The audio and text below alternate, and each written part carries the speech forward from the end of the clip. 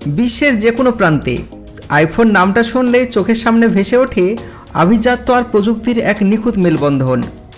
প্রতি বছর সেপ্টেম্বরে অ্যাপল যখন তাদের নতুন মডেল ঘোষণা করে তখন টেক দুনিয়ায় রীতিমতো উৎসব শুরু হয়ে যায়।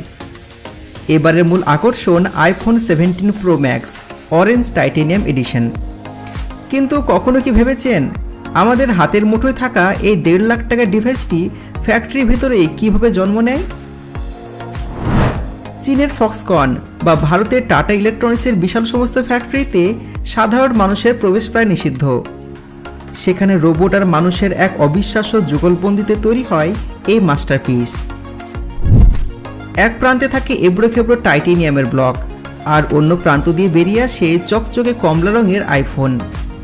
চলুন আজ ঢুকে পড়া যাক সেই কঠোর নিরাপত্তা চাদরে মোড়া ফ্যাক্টরির অন্তর্মহলে।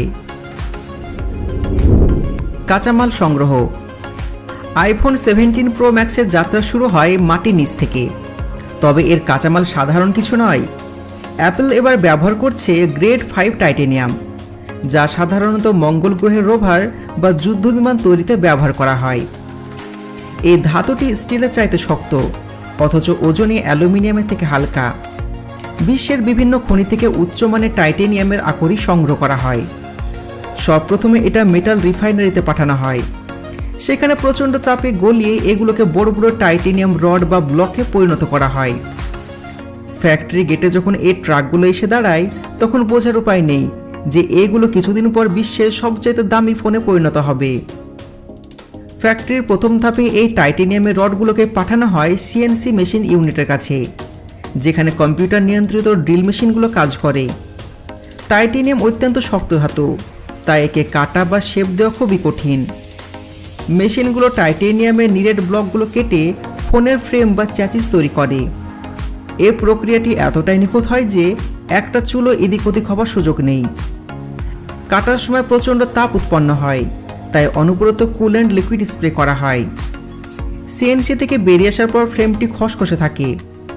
এরপর রোবোটিক আর্ম বা যান্ত্রিক হাতগুলো ফ্রেমটিকে তুলে নেয় এবং পলিশিং ইউনিটে পাঠায়। সেখানে ন্যানো টেকনোলজি স্যান্ড ব্লাস্টিং ব্যবহার করে ফ্রেমটিকে আয়নার মতন মসৃণ করা হয়। আইফোন 17-এর বিশেষত্ব হলো এর নতুন অরেঞ্জ টাইটেনিয়াম কালার।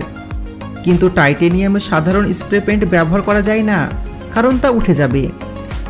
অ্যাপল এখানে ব্যবহার করে ফিজিক্যাল ভ্যাপার ডিপোজিশন বা পিভিডি কোটিং প্রযুক্তি। পলিশ করা ফ্রেমগুলো একটা বিশাল ভ্যাকুয়াম চেম্বারে বা বায়ুশূন্য ঘরে ঝোলানো হয়। সেখানে নির্দিষ্ট গ্যাস এবং বৈদ্যুতিক চার্জ প্রবাহ করা হয়। এই প্রক্রিয়ায় রঙের কণাগুলো বাষ্প হয়ে টাইটেনিয়ামের অণুর সাথে রাসায়নিকভাবে মিশে যায়। এটি কোনো আলগা প্রলেপ নয়, বরং মেটালের অংশ হয়ে যায়। প্রায় 12 থেকে 14 ঘন্টা চেম্বারে থাকার পর ধূসর মেটালটি ধীরে ধীরে একটা জাদুকরী সানসেট অরেঞ্জ বা কমলা রঙে ধারণ করে। এই রঙটি এতটাই টেকসই যে চাবি বা কয়েন দিয়ে ঘষলেও সহজে দাগ পড়বে না। Processing unit. ফ্যাক্টরির অন্য একটা অংশে থাকে ক্লিনিং রুম। এখানে বাতাসের ধূলিকণা নিয়ন্ত্রণ করা হয়, কারণ ধুলোবালি ইলেকট্রনিক্সের বড় শত্রু। কর্মীদের পুরো বডি সাদা সুটে ঢাকা থাকে। এখানে তৈরি হয় ফোনের ব্রেন বা মাদারবোর্ড। কনভেয়ার বেল্টের উপর দিয়ে সার্কিট বোর্ড বা পিভিসি এগিয়ে চলে।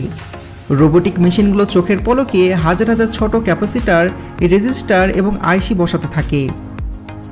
সবশেষে বসানো হয় অ্যাপেলের নিজের তৈরি বিশ্বের দ্রুততম চিপ A19 বায়োনিক। এই চিপটি বসানোর প্রক্রিয়াটি হয় মাইক্রোস্কোপিক লেভেলে।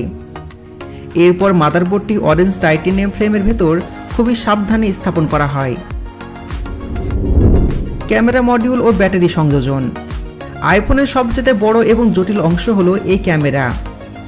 17 প্রো ম্যাক্সের বিশাল ট্রিপল লেন্স ক্যামেরা মডিউলটি আলাদা একটা ইউনিটে অ্যাসেম্বল করা হয়। ক্লিন রুমের ভেতরে দক্ষ কর্মীরা এবং রোবট মিলে লেন্স, সেন্সর এবং স্টেবিলাইজার বসায়। একটা রোবোটিক আর্ম ক্যামেরা মডিউলটি তুলে ফোনের পেছনে নির্দিষ্ট জায়গায় বসিয়ে দেয়। এরপর লাগানো হয় শক্তিশালী ব্যাটারি। অ্যাপল এখানে বিশেষ ধরনের আঠা বা অ্যাডিসিভ স্ট্রিপ ব্যবহার করে, যাতে ভবিষ্যতে ব্যাটারি বদলানো সহজ হয়ে যায়। ব্যাটারি লাগানোর পর ফোনের ভেতরে থাকা অসংখ্য রিবন কেবল বা তারগুলো কানেক্ট করা হয়। এই কাজটি কিন্তু অত্যন্ত সূক্ষ্ম, সামান্য ভুল হলে ফোনটি আর চালু হবে না।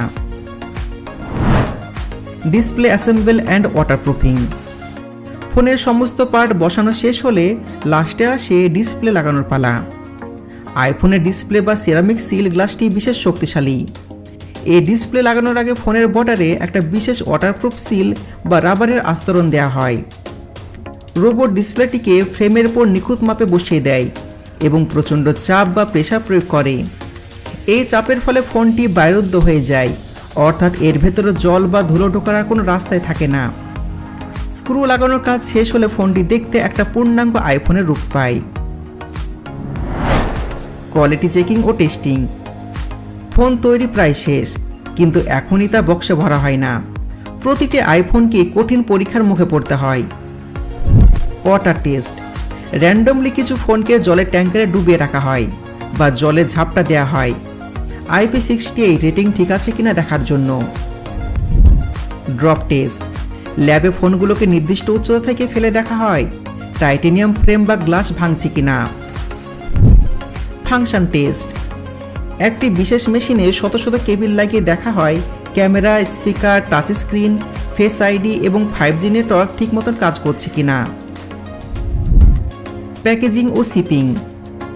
সমস্ত পরীক্ষায় পাশ করার পর ফোনগুলোকে চূড়ান্ত পলিশিং করা হয়। এরপর চলে যায় প্যাকেজিং লাইনে। অ্যাপেলের সেই বিখ্যাত সাদা বক্সের নিচের অংশে সব প্রথমে চার্জিং কেবল এবং ম্যানুয়াল রাখা হয়। তারপর খুব সাবধানে রাখা হয় চকচকে orange titanium iPhone 17 Pro max.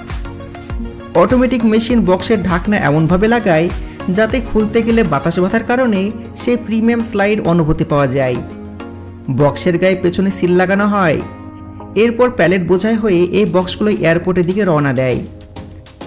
এইভাবে টাইটেনিয়ামের একটা সাধারণ ব্লক ফ্যাক্টরির মহাযজ্ঞ শেষ করে হয়ে ওঠে আপনার পকেটের স্ট্যাটাসের সিম্বল।